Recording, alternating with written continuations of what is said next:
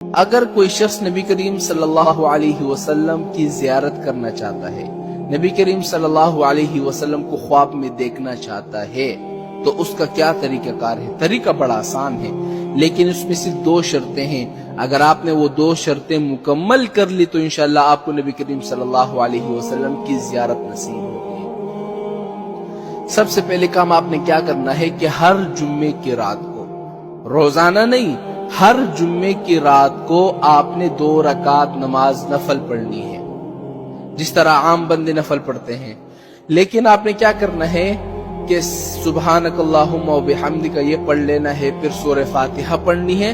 سورہ فاتحہ پڑھنے کے بعد آپ نے 11 مرتبہ آیت الکرسی پڑھنی ہے اور 11 مرتبہ سورہ اخلاص، پھر اس کے بعد رکوع سجدہ، پھر دوسری رکعت کے لیے کھڑا ہو جانا ہے، پھر الحمد پڑھنا ہے، پھر اس کے بعد 11 مرتبہ آیت الکرسی، 11 مرتبہ سورہ اخلاص، پھر اس کے بعد سلام وغیرہ پیر لینا ہے، پھر سلام پھرنے کے بعد 100 مرتبہ درود شریف پڑھنا ہے۔ وہ درود کون سا ہے؟ اللہم صلی علی محمد النبی الامی وعلی آلہ واصحابہ وبارک وسلم۔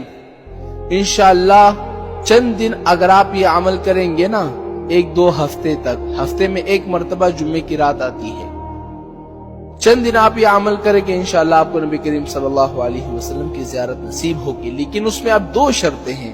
پہلی شرط یہ ہے کہ آپ کو شوق ہو، پورا ہفتہ آپ سوچے، ہر رات کو سونے سے پہلے آپ سوچے، آپ کے اندر طلب ہو، یار آج رات مجھے نبی کریم صلی اللہ علیہ وسلم کی زیارت نصیب ہو جائے۔